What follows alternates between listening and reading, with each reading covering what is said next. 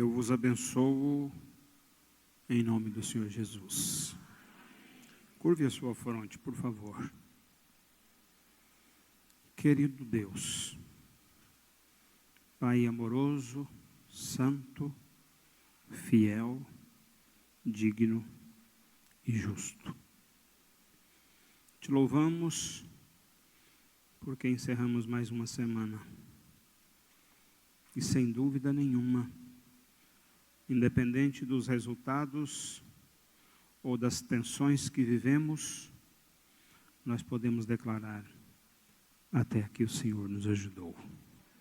Sabemos que o Senhor tem cuidado de cada um de nós.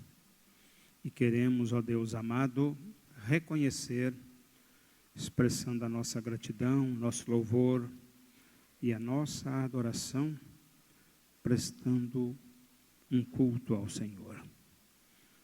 Este culto, ó Deus amado, onde se celebra a comunhão do corpo, este culto onde se rememora os feitos do Senhor, o sacrifício do Cordeiro Santo, que tirou os pecados do mundo, cujo sangue nos purifica de todo pecado.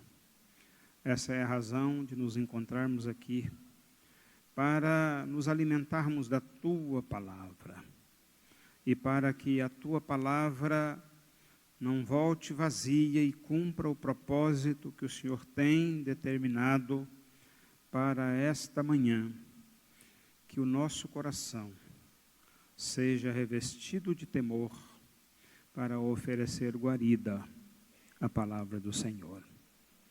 Pedimos a misericórdia do Senhor no sentido também de lançar luz no nosso entendimento, nos dando a Deus a compreensão daquilo que o Senhor tem para transmitir, para que possamos ser um instrumento, um vaso, para que através de nós o Senhor possa se manifestar e glorificar o Teu nome.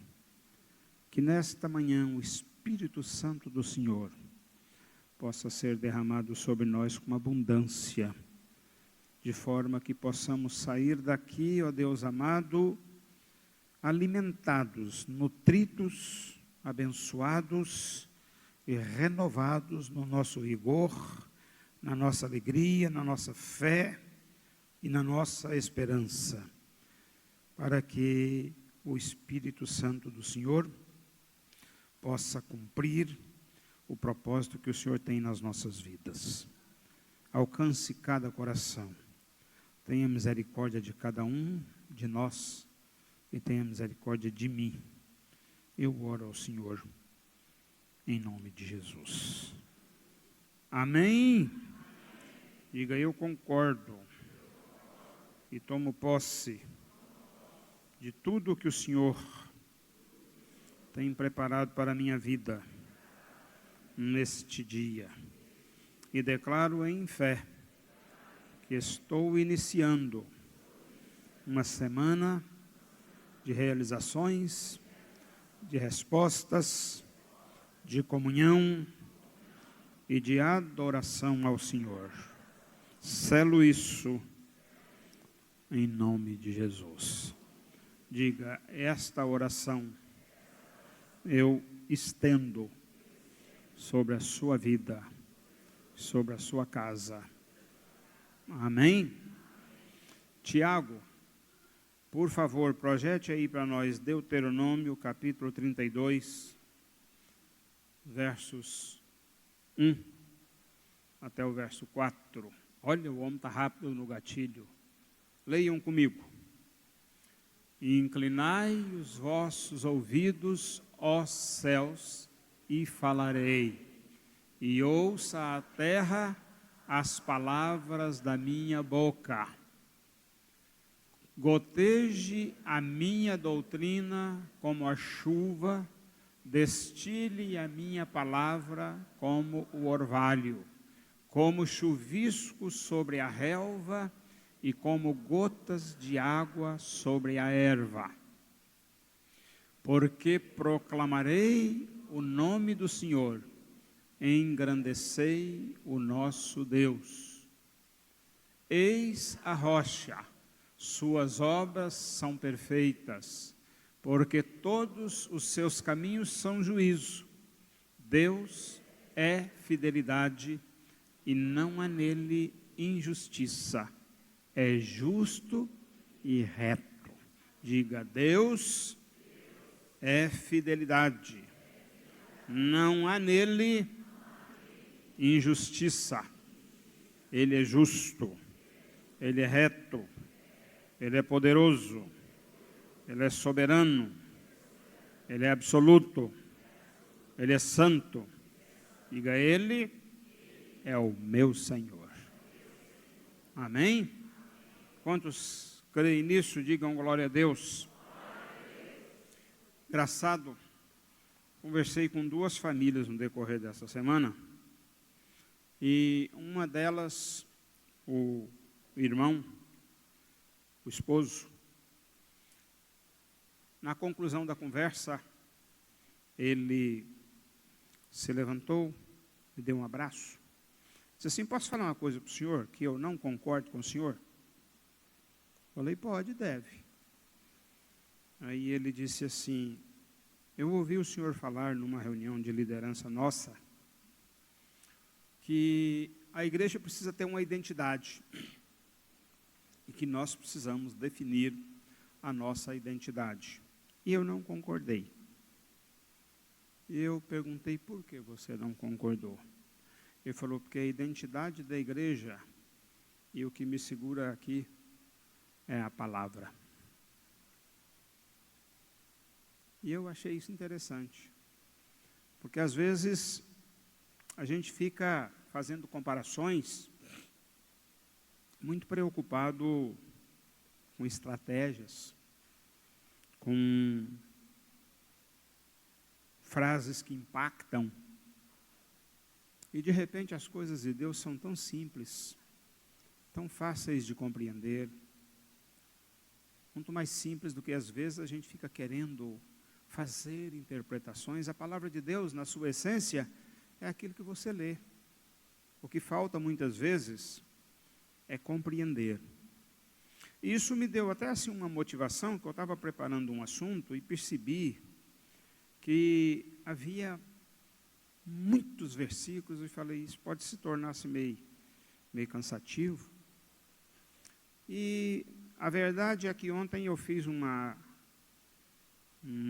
filtro e cheguei à conclusão que era melhor eu deixar mais textos e comentar menos do que comentar muito e não alimentar os irmãos com os textos da palavra de Deus. De forma que no assunto que nós vamos tratar hoje, eu fiz uma seleção de textos que têm contexto, ou seja, que você pode analisar, que você pode estudar todo o capítulo e que ele está recheado de informações que definem o tema, definem o princípio, definem o ensino, definem o assunto. E nós vamos falar de mordomia cristã. E para falar em mordomia cristã, a gente precisa se voltar para a palavra. Então, eu queria sugerir aos irmãos que, como nós vamos mais meditar na palavra, ler a palavra, fazer referência da palavra, do que tecer comentários e tentar explicar para os irmãos, eu vou fazer apenas algumas definições, e eu sugiro que os irmãos depois entrem no site, como é que é, nas páginas da igreja, aí para você poder, no link do texto que vai ser divulgado nos canais de comunicação da igreja, aí você faça o seu estudo, amplie o estudo, leve para a sua casa aquilo que é ministrado na igreja e medite. Faça como os irmãos de Tessalônica, Bereia, que foram considerados nobres pelo apóstolo Paulo, porque eles analisavam para ver se aquilo que eles estavam ouvindo era de fato amparado pela palavra. Então eu queria sugerir, nós vamos ler, vamos fazer a referência dos textos e você vai assumir o compromisso de analisar os textos, de meditar nos textos durante a semana. Tira um tempo para a sua reflexão. Às vezes tem pessoas que se preocupam muito em ler muitos textos da Bíblia. Eu li tantos capítulos essa semana.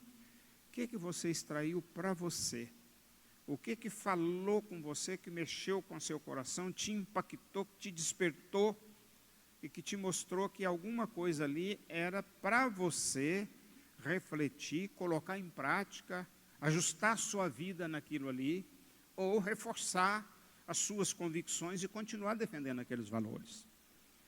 Agora, para entrar aqui no tema especificamente dito, eu queria, sei que hoje os irmãos desenvolveram aqui na igreja um estilo, uma forma, um padrão de comunicação para as informações das ocorrências, das atividades da igreja, mas tem duas coisas que eu queria falar pessoalmente, acho importante, me sinto no dever de fazê-lo, uma pelo reconhecimento, a outra pela importância da decisão que estamos tomando.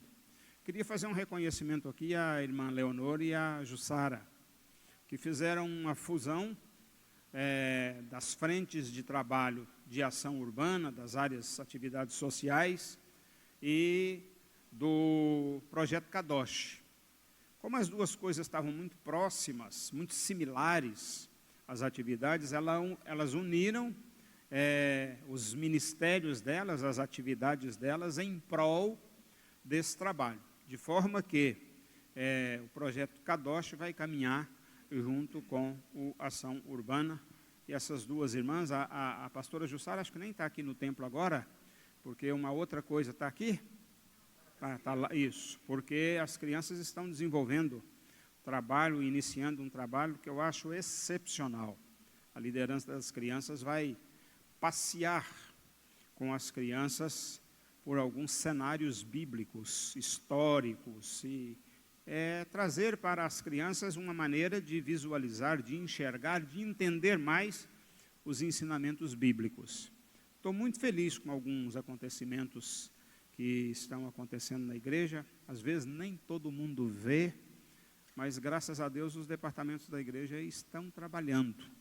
Então eu queria parabenizar as lideranças da igreja e queria incentivar as irmãs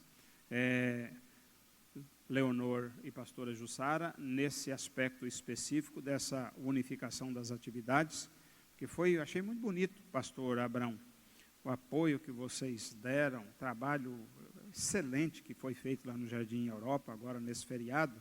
Fiquei surpreso com o número de profissionais que vocês estão conseguindo comprometer, unir em prol desse trabalho. Isso é muito importante, embora às vezes a gente ouça de público que essas coisas, quando leva algum benefício material, não é importante, mas é muito importante. Estava observando lá uma criancinha, enquanto a odontóloga estava examinando os dentinhos, até, às vezes, as crianças precisam de ter uma aproximação da família cristã, dos benefícios que a igreja, até para quebrar certos paradigmas. Às vezes a gente acha que alguma coisa não é importante, mas essa questão, principalmente de prevenção e etc., a igreja precisa trabalhar muito isso. Então, meus parabéns às irmãs, à nossa liderança, àqueles que estão trabalhando temas, os irmãos que estão reunindo aí famílias, homens, jovens, falando de temas que são preventivos, que são importantes e que é o papel da igreja. E a outra coisa, eu queria fazer uma pergunta. Quantos aqui que estão sentadinhos nesses bancos gostosos, confortáveis, que estão aqui há 30 anos, gostariam de trocar esses bancos por poltronas? Quantos gostariam? Deixa eu ver. Quantos? Só esses? Quem não quer? Quem quer que mantenha os bancos? Levanta a mão, deixa eu ver. Bem, a gente não consegue agradar todo mundo, não é? Atender os anseios de todo mundo. De um modo geral, o que eu tenho ouvido é que as pessoas, assim como eu, que vai chegando num ponto que não consegue mais ficar sentadinho na mesma posição e num assento sem conforto, duro, por mais que tenha sido analisado, estudado antes de ser feito, vai chegar num ponto que às vezes vence o seu tempo. E hoje, um assento confortável é muito importante para ajudar a pessoa a ter uma melhor concentração. E nós estamos já concluindo o resultado de uma busca, de uma pesquisa, de uma análise, de um estudo criterioso, feito por todos os segmentos da igreja juntos. Tem obreiros, tem pastores, tem mulheres, tem profissionais da área, imbuídos nesse levantamento. E chegamos a uma conclusão de uma poltrona que é bastante, vamos dizer assim, confortável, atende às nossas necessidades e que nos permite ousar um pouco e fazer aí um desafio, fazer um investimento, porque nós chegamos aí com o auxílio, com o empenho de algumas pessoas, a um custo bastante razoável, bastante satisfatório e uma poltrona que é recomendada para nós. Isso depois, inclusive, de pesquisa junto a outras igrejas. Tem coisa mais suntuosa? Tem. Tem coisas mais, assim, atrativa aos olhos? Tem, mas é muito mais caro. E essa conclusão que a gente chegou com essa equipe é uma conclusão, assim, de um termo bem equilibrado, que nos atende bem, vai nos atender por muitos anos, analisando tecido, cor, resistência, conforto. Vamos, na aquisição, adquirir algumas com um espaço, um tamanho um pouco maior, para as pessoas que, às vezes, têm necessidade de um assento um pouco maior. Então, nós, possivelmente, no decorrer desses próximos dias, nessa primeira quinzena ainda, devemos concluir a aquisição dessas poltronas. Engraçado que quem levantou a mão não falou nada, né? Pensei que ia estremecer a igreja. E nós, isso não se entrega da noite para o dia, porque por questão de custo, de benefício e de atender às nossas necessidades, nós vamos comprar de uma indústria. Só que é o detalhe, uma surpresa que eu tenho para vocês, é que Deus já enviou para nós os recursos para pagar as poltronas. Só falta eu te informar.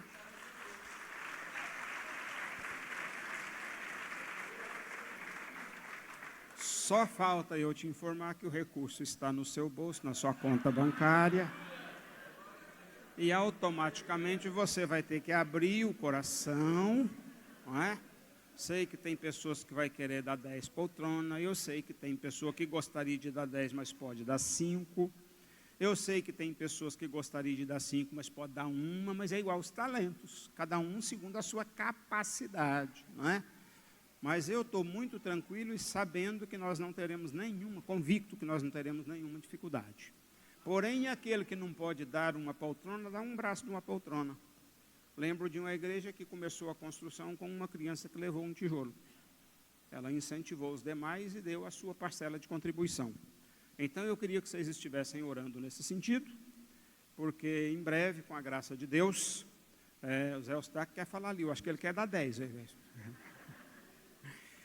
A outra coisa em relação a esses bancos, nós já estamos com pessoas da área, pessoas que trabalham no segmento, que conhecem e que vão nos auxiliar na venda desses bancos, porque esses bancos, embora não sejam tão confortáveis e já tenham nos servido muito, eles não são baratos, porque é uma madeira nobre e nós estaremos então negociando esses bancos para completar aquilo que está no seu bolso. Pastor Getúlio, há algum tempo atrás eu comentei até com o pastor Ricardo sobre esses bancos. A adequação deles, porque são uns bancos, igual você disse, madeira nobre, e isso aí não acaba nunca. E hoje, eu sentado ali, até falei com o pastor Paulo Roque, acho que é de Deus, não sabia que o senhor ia tocar nesse assunto, sabia de nada, me veio novamente os bancos na minha mente, eu olhando o banco e falando, fazer um estudo de adequar o encosto e o assento nele. Muito bem. Podia fazer um estudo desse. Então, deixa eu dizer. A identidade dos bancos e o conforto. Deixa eu revelar para você que eu só dei a notícia, a informação aqui, que já temos uma informação tomada, porque também passamos por esse caminho. Eu trouxe um profissional aqui e pedi para fazer um estudo. Ele achou que era um paliativo, que se nós vamos dar um passo desse, que a gente poderia ser um pouco mais ousado e fazer uma coisa definitiva, porque as poltronas têm a particularidade, inclusive, essas que nós estamos investindo, de igual essas poltronazinhas de auditório, elas abrem, fecham e etc., dá mais facilidade para as pessoas movimentarem, mas agradeço a sua preocupação. Procede, viu? Mas a gente estudou isso também, tá certo? Amém, irmãos? Vamos para a palavra? Vamos ou não? Tiago, por favor. 1 Pedro 4,10. Isso aí é um texto que não requer comentário. Preste atenção. Servi uns aos outros, cada um conforme o dom que recebeu, como bons despenseiros da multiforme graça de Deus. O que esse texto está dizendo? O que é um despenseiro? O que é um despenseiro, irmãos? Quem cuida da dispensa, quem cuida da provisão, quem cuida da casa. Em outras palavras, o mordomo. O que administra os bens, o que administra os recursos, o que administra a provisão. E, neste caso, a provisão de Deus, conforme ninguém vai fazer nada além daquilo que recebeu. Ninguém vai dar nada, como foi dito aqui de manhã, além daquilo que recebeu. Se você vai dar uma semente, é porque você tem a semente. Se você come a semente. Eu estava esses dias conversando com um agricultor e ele me disse o seguinte: não, essa parte aqui eu estou fazendo um tratamento especial, porque dessa parte eu vou tirar a semente. A semente, inclusive, ela tem mais qualidade, ela é mais apurada, ela é o mais precioso, ela é o melhor que a gente oferece. Então, não tem ninguém na casa de Deus que não tenha o que oferecer. Não tem ninguém que pode dizer assim: eu sou despido de dons. A palavra diz que é um dom que você recebeu conforme a graça de Deus e que você deve se aplicar no exercício desses dons. Agora, quando você começa a falar um pouco sobre mordomia, isso é uma das coisas que me levou a refletir muito, a relacionar muitos textos para deixar as coisas muito claras. Tem gente que, quando crente, leva a coisa só para o lado de contribuição financeira. Leva a coisa só para o lado de dízimos e ofertas. Acha que o bom mordomo, ele se preocupa só com isso em relação à igreja. Quando a pessoa não é uma pessoa evangélica, não é uma pessoa de conhecimento bíblico, ela leva a coisa para o lado de benefícios. Ela leva a coisa para um lado apenas de privilégios. Ela acha que mordomia, ou fulano vive numa mordomia. Se todo cristão vivesse de fato na essência da palavra mordomia. Mordomia cristã não se resume a dízimos e ofertas, mas também fica muito claro que a mordomia cristã não exclui a contribuição financeira, ou seja, os dízimos e as ofertas. Ela é muito mais abrangente. E a pessoa tem que refletir que muitas vezes a contribuição financeira dela, presta atenção no que eu vou falar, porque eu acho um pouco pesado. Como alguns dizem, é forte.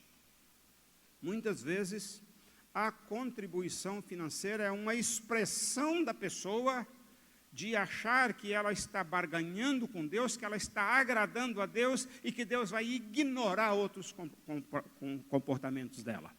E não é bem assim. Você quer ver uma coisa, um exemplo muito claro que o próprio Jesus recriminou, está no Evangelho de Mateus, no capítulo 5. Olha os versos 23 e 24, o que eles nos ensinam. Se, pois, ao trazeres ao altar a tua oferta, ali te lembrares de que teu irmão tem alguma coisa contra ti, deixa perante o altar a tua oferta. Não ignora, não deixe de ofertar, não deixe de contribuir, mas ao ofertar e contribuir, quando Deus tocou no seu coração, tem alguma coisa errada, então você vai primeiro reconciliar com o teu irmão e então, voltando, você sela ali a tua oferta. A tua oferta está qualificada, a tua oferta é aceita. Deus recebeu a motivação do seu coração. Não ofertar por ofertar. Interessante, tem um outro texto que eu gostaria até que os irmãos meditassem nele também, Mateus 23, 23. Ainda dentro desse contexto. Ai de vós, escribas e fariseus, hipócritas, porque dais o dízimo da hortelã, do endro e do cominho, e tendes negligenciado os preceitos mais importantes da lei, a justiça, a misericórdia e a fé. Devíeis, porém, fazer, continue fazendo. A oferta é bíblica, o dízimo é bíblico, mas não exclui outras responsabilidades. Você deve fazer isso sem omitir outras responsabilidades que a Bíblia traz para o bom mordomo cristão. A crítica aqui de Jesus, ela se referia aos fariseus, porque eles preocupavam muito com o legalismo, com ofertar, e achava que eles podiam bater no peito, quando, na verdade, tinha muita coisa a ser corrigida, porque eles tinham valores que era para os outros viverem, não para eles. Há textos bíblicos que dizem até que eles atavam feixes pesados, mas nem com um dedo tocava neles. Então, a Bíblia ensina que a mordomia cristã deve ser praticada na vida como um todo. Você tem que praticar mordomia cristã na sua fé, no seu ministério, no seu tempo, nos seus dons, nos seus bens e recursos, de um modo geral. Por quê? Porque o mordomo deve ser alguém de confiança, deve ser alguém íntegro, deve ser alguém que zela pela correta utilização daquilo que Deus lhe confiou. Por exemplo, você tem que ter consciência da importância de exercer a mordomia na família. Tem um rapaz que estava fazendo uma empreita para mim, e a gente conversou muito, e eu entendi que foi de Deus, porque isso foi em razão de um conflitozinho que houve entre uns vizinhos lá, por causa de água e etc. Eu chamei ele e falei, mas antes disso, vou fazer uma reunião com esse povo. Senti forte no coração, perguntei para Deus como que eu faria, chamei, reuni antes de começar o trabalho e falei, a água aqui, essa água não tem dono, porque a água passa dentro da minha propriedade e eu estou cedendo para eles. E fiz um trabalho, um investimento, só para ter a oportunidade de conversar com eles das coisas de Deus. E eu disse, essa água não é minha, para eu ceder para vocês. Essa água não é de vocês, essa água é um bem de Deus, é uma bênção, para nós cuidarmos dela, porque ela pode acabar, como ela pode se multiplicar, como aconteceu com o que nós fizemos lá. Agora eu falei, não adianta nada disso se nós vivermos aqui em contenda. Eu, graças a Deus, não tive contenda com nenhum deles, muito pelo contrário, me tratam com maior respeito, têm a maior consideração comigo, me ouvem, mas eu usei isso. Falei, isso aqui não é nosso, nós temos que saber cuidar dela em benefício dos outros. Então, eu estou preparando isso aqui, mas para justificar o que eu estou fazendo, eu queria celebrar a harmonia e a paz entre vocês. Não estou pedindo para vocês andarem abraçados uns com os outros, mas pelo menos para vocês andarem em paz, porque a palavra de Deus é clara. Mais vale o vizinho, o amigo próximo do que o irmão longe. E aí, posso orar com vocês? Pode. Terminei de orar, não precisou de eu falar nada. Cada um foi lá e abraçou o outro, pediu perdão, pediu desculpa. Ficou um clima agradável, alegre, feliz e abençoado. Nós somos mordomos, nós não temos nada.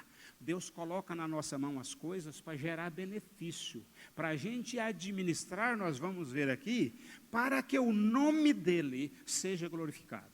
Agora a pergunta, meus irmãos, será... Agora, por que eu falei esse detalhe? Porque tem uma outra coisa que depois, esse empreiteiro, conversando comigo, falou a respeito de uma pessoa da família. E as referências que ele fez, eu falei para ele assim, você já percebeu que o lugar mais difícil de nós vivermos os nossos valores, a gente defender aquilo que a gente considera importante, que a gente concorda, que é indispensável colocar em prática, é dentro de casa? Ele falou, como assim? Eu falei, se você pedir um copo com água para mim, como é que você faz? Ele disse assim, eu peço por favor. Eu falei, depois que eu te der uma água geladinha, filtrada, matou a sua sede, o que você faz? Eu agradeço. Eu falei, e em casa? É a mesma coisa.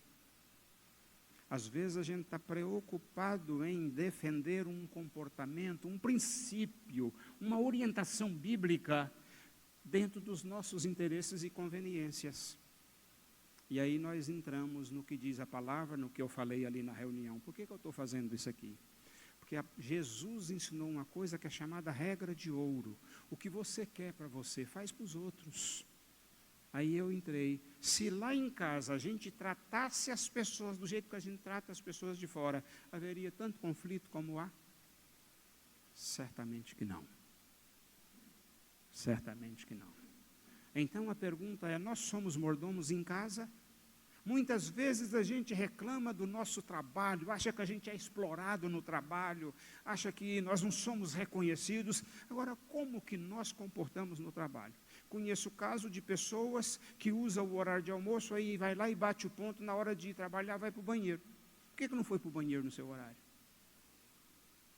São mínimas coisas, mas que a pessoa não entende que praticar a mordomia é 24 horas por dia.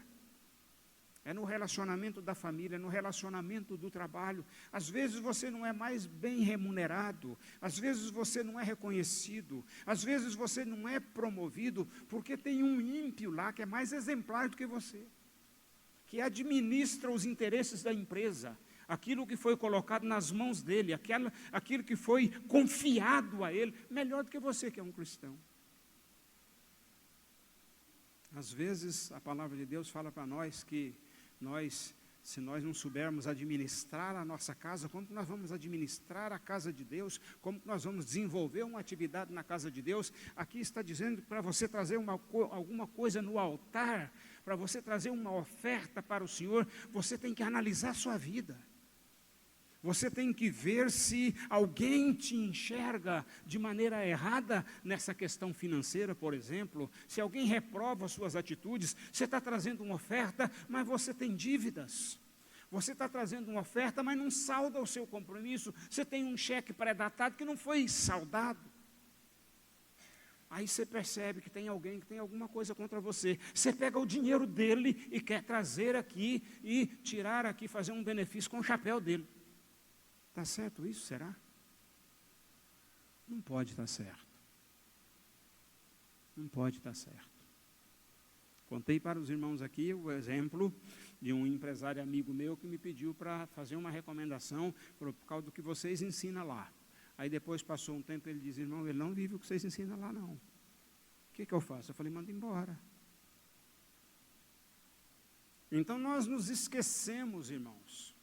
O cristão, ele tem que ser o exemplo de funcionário, o exemplo de pai, o exemplo de filho, o exemplo de irmão, o exemplo de servo, o exemplo de ministério. Tem que ser. Eu fico pensando como tem gente pobre dentro da igreja, gente que é rica lá fora, mas que na obra de Deus não faz nada.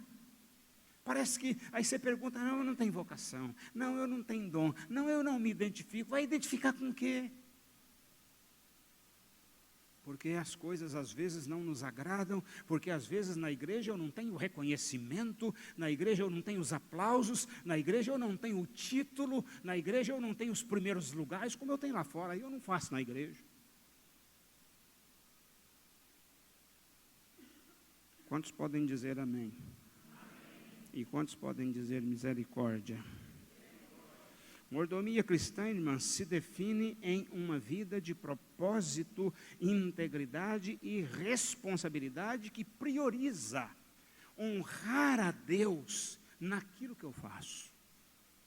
Eu não posso vir aqui pregar, irmãos, porque eu sou pastor da igreja, e eu vim pregar e trazer para vocês aquilo que eu acho que está certo. Eu tenho que trazer aquilo que passa pelo filtro da palavra de Deus, para ver se tem a aprovação de Deus, se tem a revelação de Deus, porque senão eu sou um irresponsável.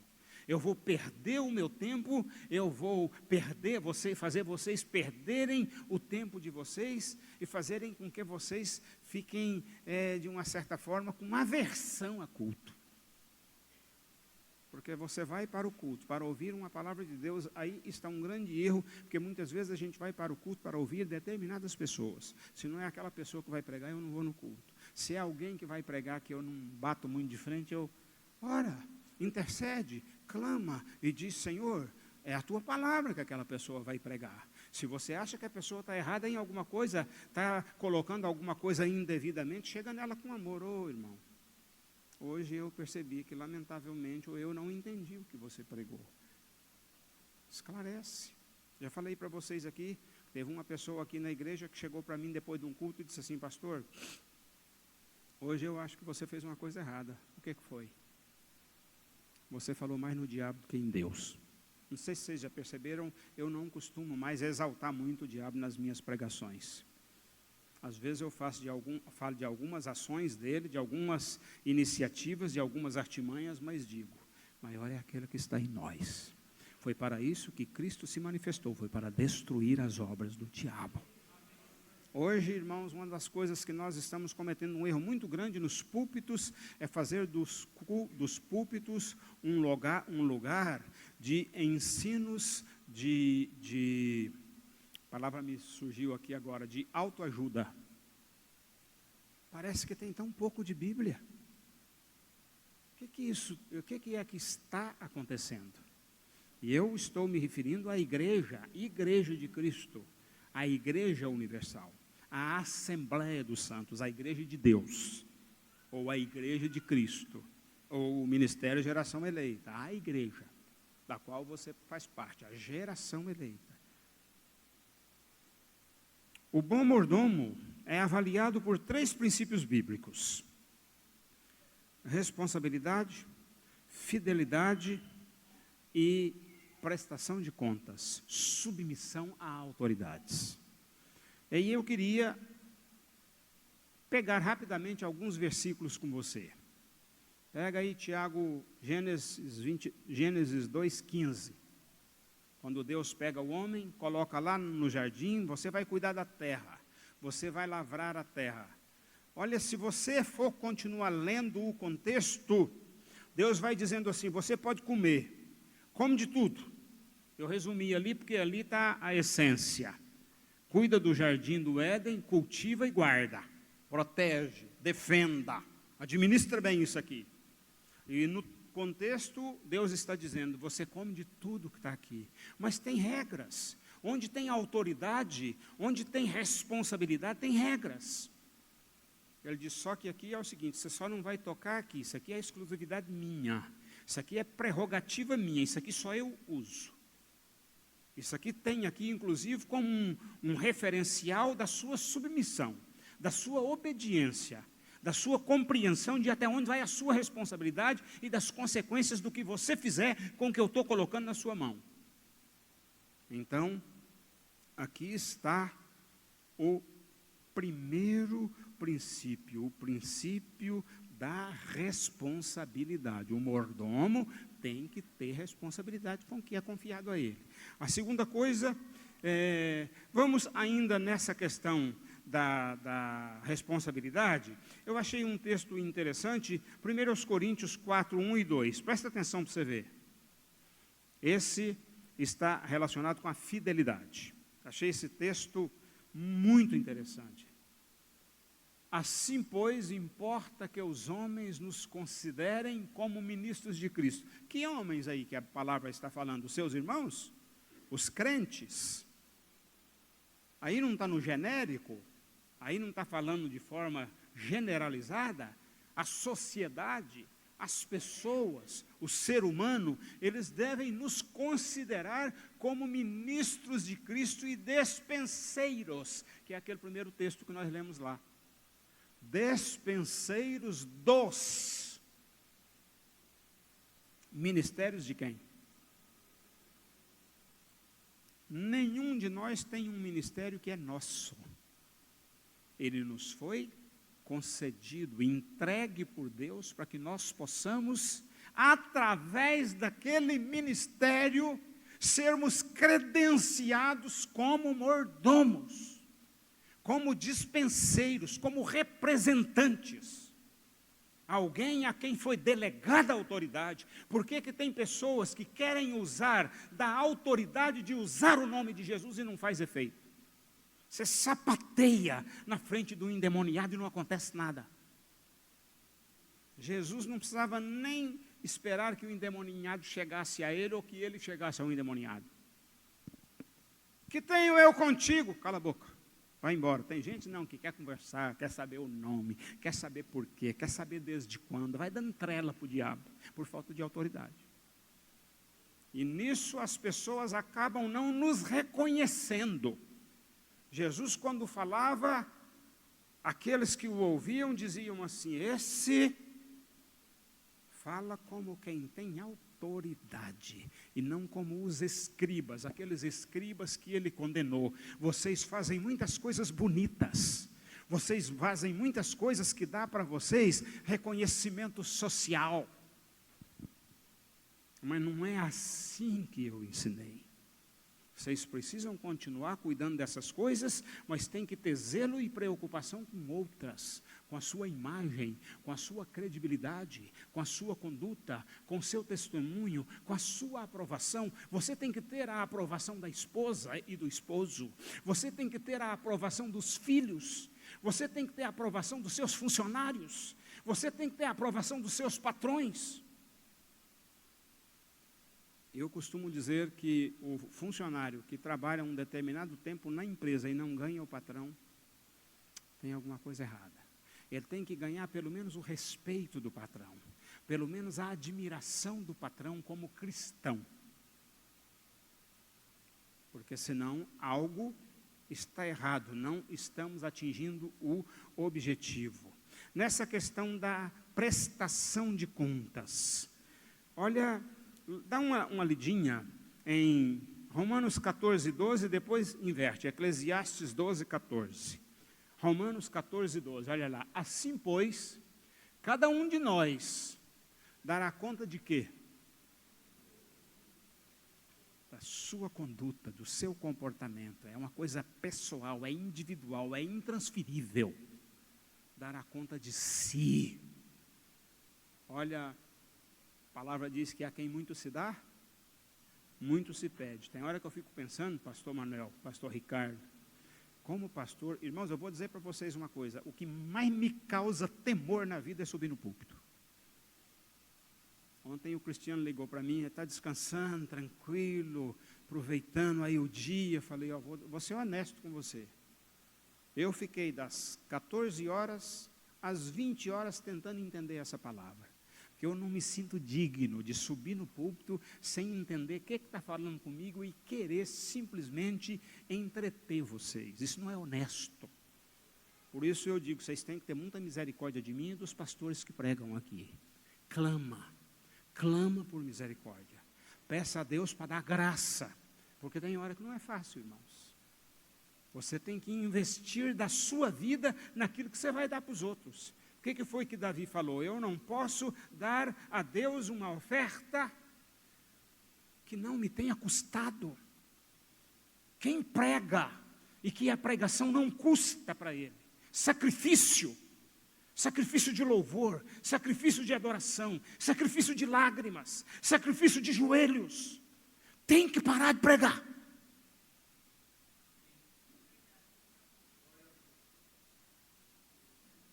Quem louva, quem canta, quem toca, só porque sabe tocar, está errado. Temos que saber administrar com mordomia, porque nós vamos prestar contas, irmãos. Olha o que diz Eclesiastes 12:14. Pode ler.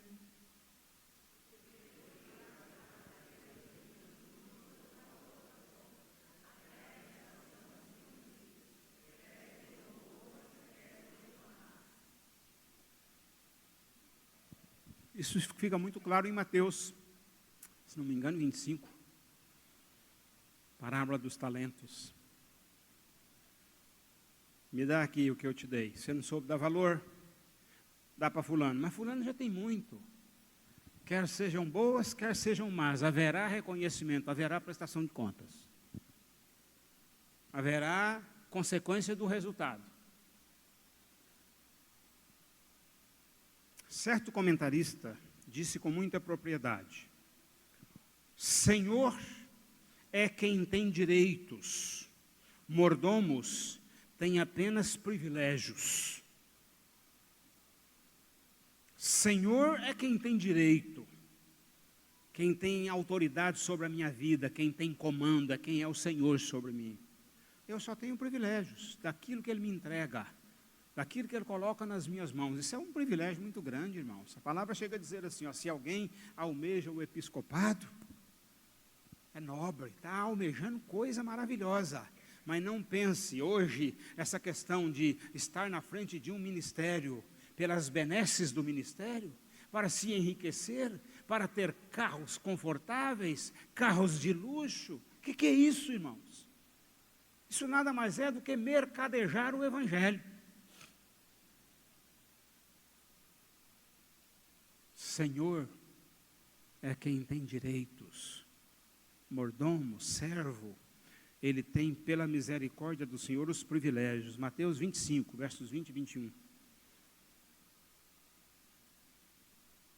Porque Deus há de trazer, então, aproximando-se o que recebera 5 talentos, entregou outros 5, dizendo, Senhor, confiaste-me 5 talentos, eis aqui outros 5 talentos que ganhei. Disse-lhe o Senhor, muito bem, servo bom e fiel, foste fiel no pouco, sobre o muito te colocarei, entra no gozo do teu Senhor. Irmãos, eu tenho coisas aqui para dizer sobre isso para vocês, que eu vou deixar de dizer para não escandalizar. Mas eu observo, tem pessoas, não sei se eu devo, tem pessoas que não rompem na vida financeira, porque não é um bom profissional. Tem pessoas que não rompem na vida familiar, a família é uma eterna encrenca, porque não é um mordomo dentro de casa. A relação não é uma relação respeitosa, não é uma relação harmoniosa, não é uma relação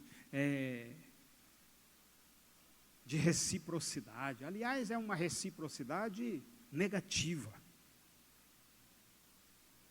A gente às vezes tem que parar para analisar o que está acontecendo com a minha vida. O que acontece com a minha família? O que acontece com o meu trabalho? O que há? Às vezes, para mim, irmãos, a mordomia tem o mesmo princípio da lei da semeadura. Não tem como você receber mais de Deus. Tem gente que fica na igreja estagnada uma vida. Meus irmãos, não é justo viver dentro de uma igreja, da casa do Senhor dos senhores, do Senhor do universo, do Criador de tudo, daquele que não depende de ninguém. Não justifica viver a vida inteira uma vida cristã pobre. pessoa dependente espiritualmente dos outros, pessoas que deveria estar multiplicando o que Deus coloca na sua mão, pessoa que não tem coragem de dirigir uma célula, porque fala que não sabe pregar, pessoas que não têm coragem, que conta piada no seu serviço, que faz todo mundo dar gargalhada, mas que não leva para dentro da sua casa para receber uma ministração, não abre a porta, arruma nenhuma desculpa, vai incomodar o vizinho, com outros barulhos, com barulho de briga, com barulho de encrenca, com barulho de confusão, o vizinho pode se escandalizar, mas com um hino de louvor, que às vezes é o que ele está precisando ouvir, não sai da nossa casa, por quê? Porque a nossa porta está fechada.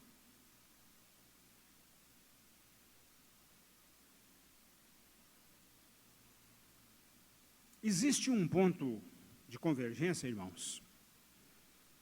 Hoje eu prometi, pastor Manel, que eu não vou extrapolar o tempo.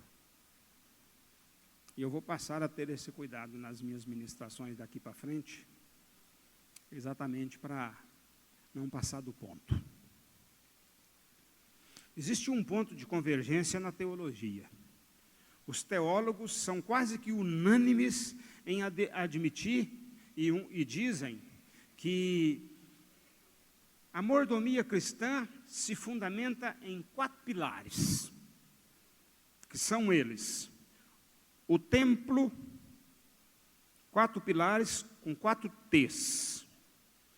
O templo, o talento, o tesouro e o tempo. Tempo, templo, talento e tesouro. Eu peguei aqui um versículo de cada um, só para ficar fácil para você entender mais ou menos.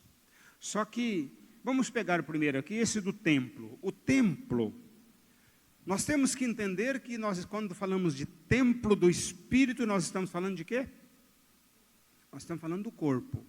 Agora, tem uma extensão, um desdobramento, que se você cuida bem de você, cuida bem da doutrina, logo você também vai procurar cuidar do templo como congregação, como casa. Mas vamos ver aqui um ponto que eu tenho um texto aqui, irmãos, lá do Velho Testamento, que ontem eu me estremeci ao ler esse texto, e você vai ver ele comigo agora, depois desse que eu vou citar. 1 Coríntios 6, 19 e 20, só para você entender a importância desse princípio na mordomia cristã, que é a sua pessoa. É você como templo, é o seu corpo, a maneira que você se expressa, a maneira que você se veste, os cuidados que você tem com a sua saúde, porque a sua saúde não é sua. Eu não posso ignorar a minha saúde e querer que Deus se vira e me dá uma saúde de ferro só porque eu prego a palavra. Não, eu tenho que fazer exercícios, eu tenho que fazer prevenção, eu tenho que deixar o preconceito do lado e eu tenho que ir no urologista, porque homem é um problema nessa área. Nós temos que entender que nós precisamos cuidar. Cuidar do seu corpo é cuidar do templo do Espírito Santo, porque você vai ter saúde, você vai estar bem para poder relacionar, para ter alegria, para ter prazer, para ter vitalidade, para ter satisfação em falar de quem é o Senhor da sua vida, para que os outros possam ter interesse. Cuida bem de ti da doutrina, porque fazendo assim, você vai alcançar tanto, vai beneficiar tanto a si mesmo quanto aos que te ouvem. Acaso não sabeis que o vosso corpo é santuário do Espírito Santo que está em vós, o qual tendes da parte de Deus e que não sois de vós mesmos? Porque fostes comprados por preço. Agora, pois, o que você tem que fazer com o seu corpo? Irmãos, eu não consigo entender. Tem crente lá na Lady Gaga, está dormindo até agora porque foi lá, passou a noite inteira lá. Crente. Acredita ou não? Mas por que é crente? Porque até o diabo crê. Isso é normal. O que está fazendo com o corpo? Matando ele lá no sereno, noite inteira.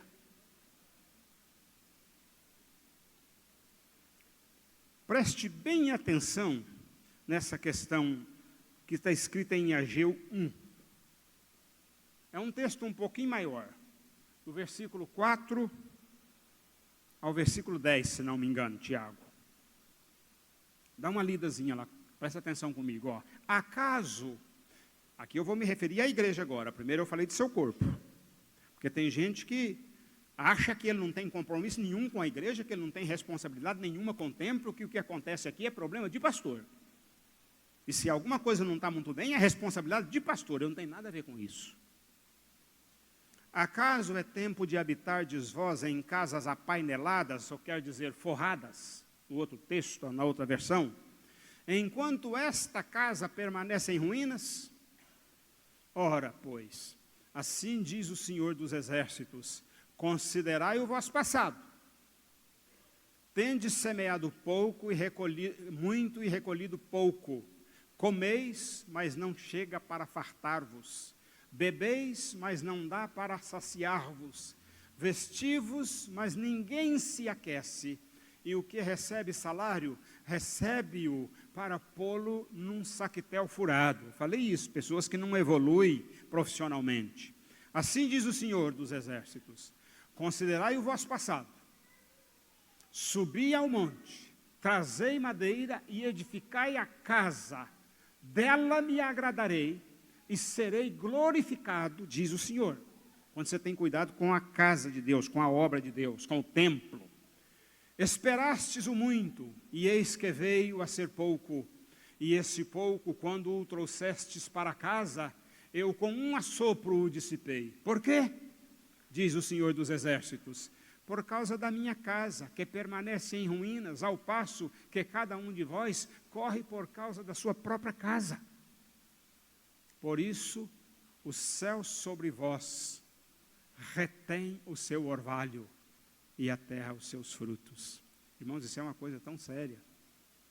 Eu não consigo entender crente com vida medíocre.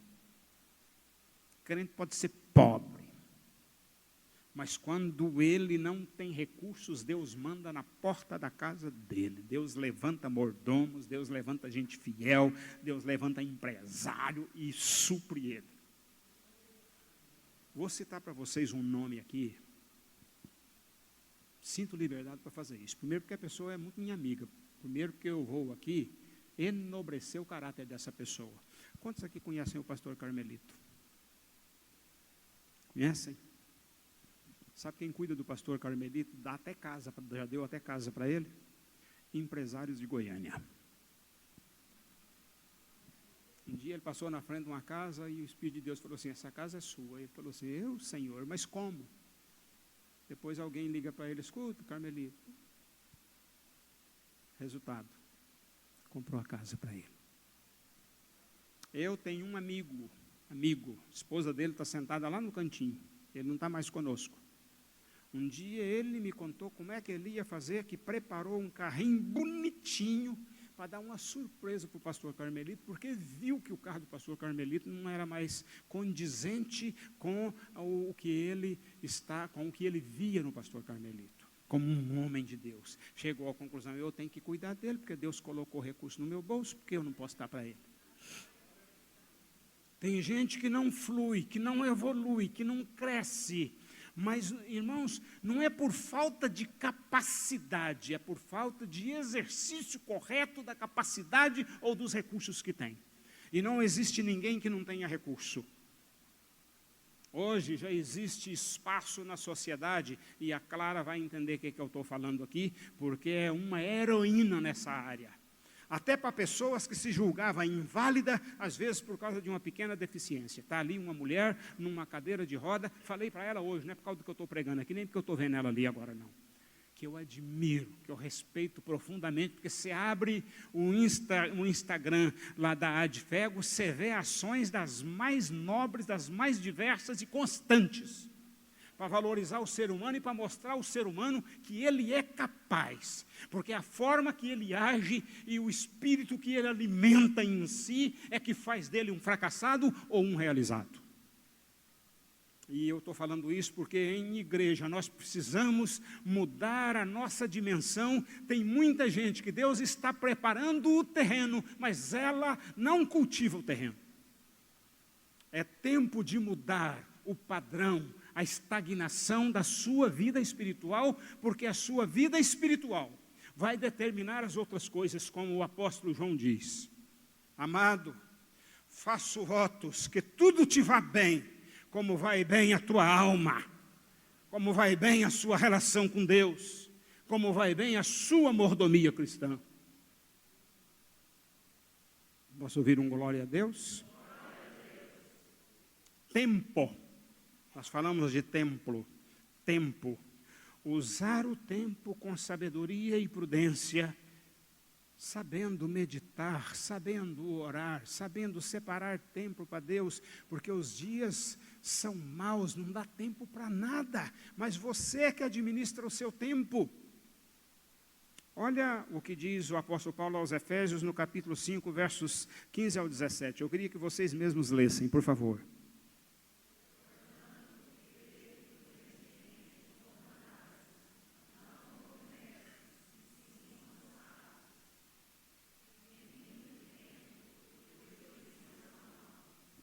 O que é remindo o tempo? Vou resumir para você. Administrando, tendo domínio dele. Administre o tempo. Aproveite bem o tempo. Não quero passar do meu tempo, falando em tempo. Tesouro. Mateus 6, 21. Onde é que está o seu tesouro? Aonde está o seu tesouro? Aonde a gente põe o nosso coração, irmãos. Nós temos que analisar a nossa vida para ver onde é que o nosso coração está preso. Porque se o nosso coração estiver preso em coisas que não estão gerando benefício para a nossa vida espiritual, que não estão trazendo benefício para outras pessoas, que não estão fazendo bem para quem está à nossa volta, que não estão gerando satisfação e paz de espírito, a gente tem que rever. O outro texto que eu elegi aqui para esse caso aí, 2 Coríntios, capítulo 9, versos 6 ao 7. Lê.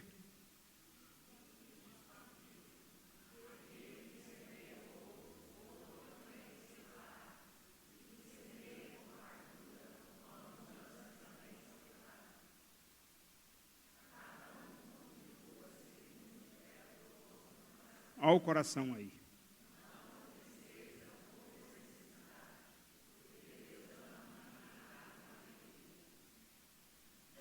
Você está vendo que fazer as coisas para Deus tem que ser com prazer, tem que ter alegria.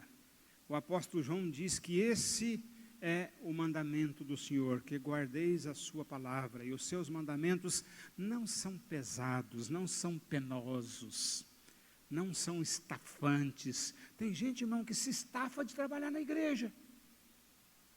Lógico que nós temos que dosar as coisas.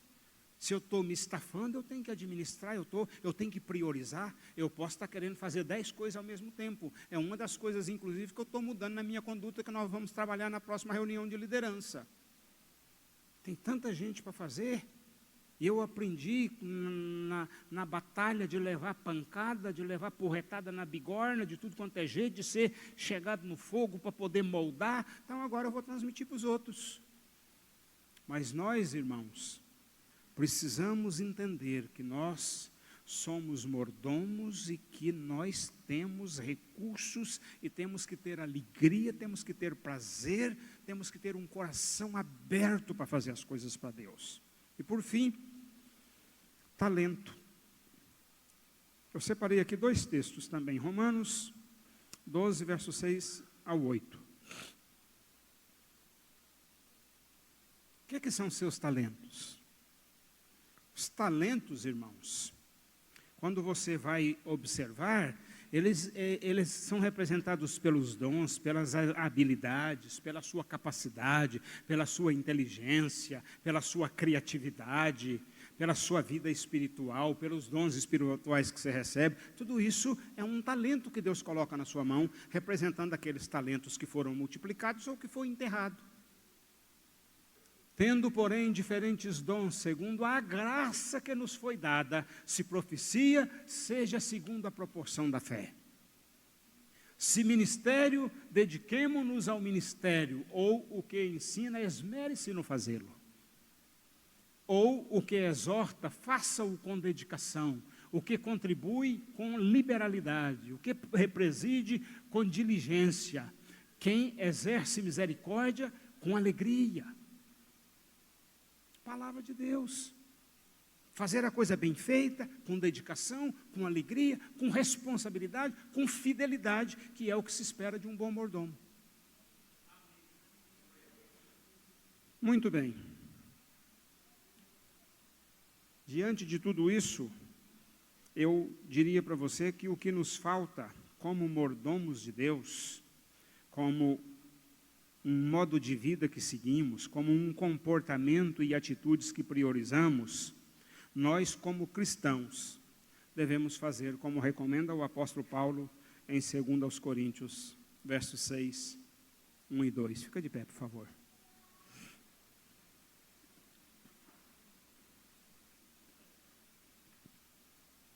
Agora eu queria que você lesse esse texto na primeira pessoa. Pode ler.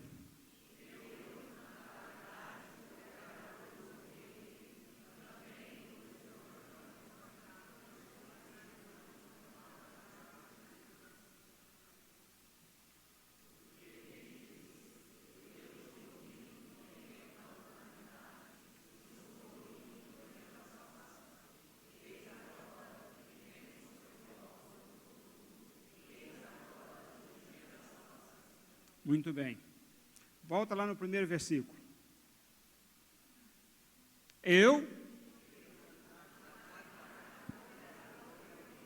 Qualidade de quê?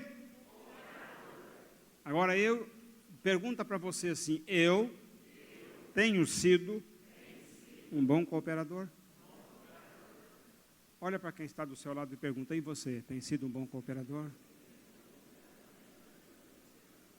Agora vai lá no outro texto, no outro versículo.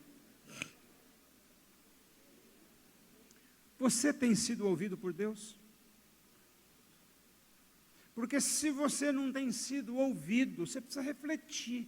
Qual a razão? Deus não me ama? Vou falar um pouco à noite sobre isso. De pessoas que se sentem excluídas da agenda de Deus.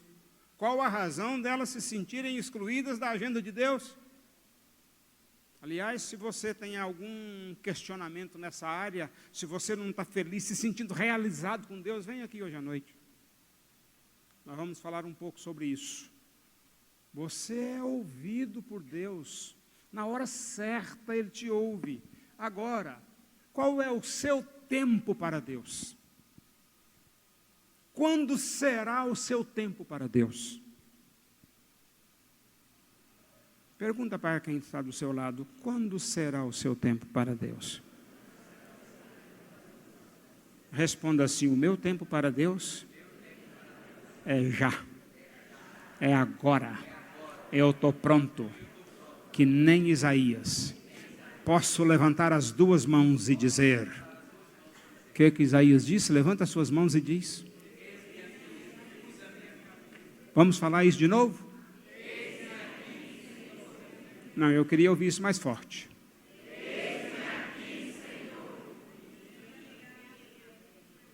Vamos ouvir isso só das mulheres?